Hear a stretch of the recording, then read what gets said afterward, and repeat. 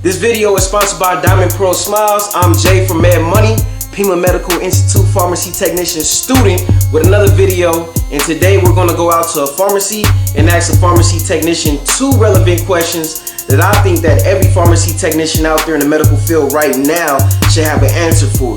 The first question, we're going to ask them about the PTCB credentials that they now offer certifications for. The second question, we're going to ask them about the highest paying job, if they know what the highest paying job is, and if they know what the highest paying job is paying. So let's go out there and let's go see what these pharmacy technicians say. My name is Jalen, by the way. Nice to meet you. What's your name? Maritza. Maritza? Okay. Nice name. All right, so just 2 questions. You can answer however you want it. They're not difficult or anything. So, all right, currently at PMI Medical Institute, we are learning about medication errors. The PTCB offers a product verification, medication history, and controlled substance diversion prevention certification that will show employers that you have a deep knowledge in patient safety and have the best practices for avoiding dispensing errors. Would you pursue this certification in the future, and why? You said regarding controlled substances. Yes, medication history, controlled substances, and products like over-the-counter products and just products behind the pharmacy. Oh, okay. And then just, you mean like knowledge base, just to get a deeper grasp of those two? Yeah, like correct? there's you could get certified in having knowledge in those areas through the PTCB now. I would say most definitely, yeah. Just because, I mean, being in the pharmacy, once you're in it, you kind of get thrown in there. I didn't really get the opportunity to particularly learn about the drugs. So when people come up about over-the-counter medication, regardless, we're supposed to refer them over to the pharmacy. Should I be looking there or right here? It's either. I feel weird looking at the camera. So you can look at me, that's fine. Regardless, we're supposed to refer it over to the pharmacist. But it would be definitely very helpful, one for the technician and for the pharmacist, to have that knowledge base behind, and then also behind the medical history, and then for the controlled substance, because that's a lot of times there's always going to be issues, especially with insurance. There'll be hiccups, and it's best for the patient and us, so that workflow and everything could be established, and just processed in general a lot, either not cleaner but more efficiently. More efficiently, and there's no really pending issues, just because the people need their medication. So the faster and more efficient we can give it out to them, that's the best for sure. I would definitely do it. You would definitely do it? Okay. Yeah, just because in situations like sometimes people, because they're the names are kind of complex. Even I can't pronounce half of these medications. I know what you mean. So the people, even though they're taking it for so long, they'll forget the name, or they just know what it's for. And if they're like, oh, my medication for, let's see, my seizure medication, I don't really know. I just go by the names. Or if sometimes they'll mention the brand name instead of the generic. I'm not too familiar with that right there. So if the pharmacist is stacked with vaccines, verifications, or training, or interns, then I feel bad taking their time away. So it would definitely be very helpful. I would take that certification, yeah. Nice. That's good to hear. Do you know how to go about getting it? I don't. No? Oh, would you like to know? I mean, why not? Hit me. Okay, so you could go to, it's the NPTA website. The courses are $60. You first have to pass the course. Once you pass the courses, I think they're like 3 to 4 hours each. So once you pass those courses, you take a test through the NPTA, which is the National Pharmacy Technician Association, I believe. And once you pass that course, then they will grant you access to get the certification through the PTCB. So you'll be nationally certified in those. Yeah.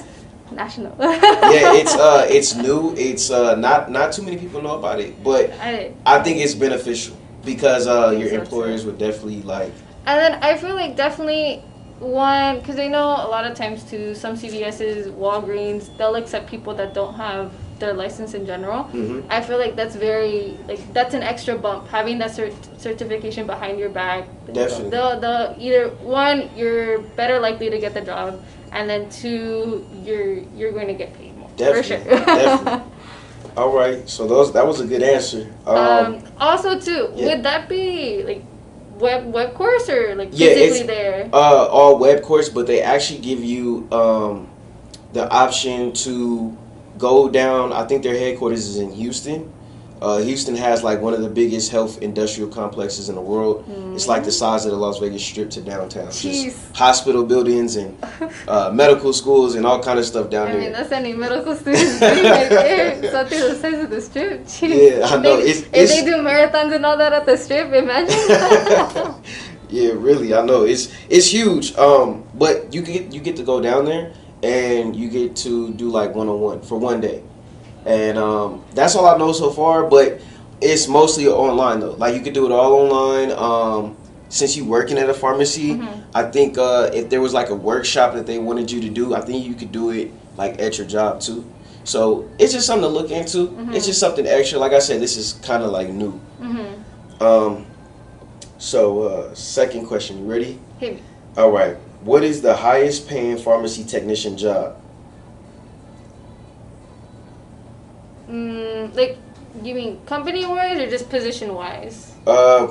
Position wise. I'm not too familiar. I feel as though it would be what's the word?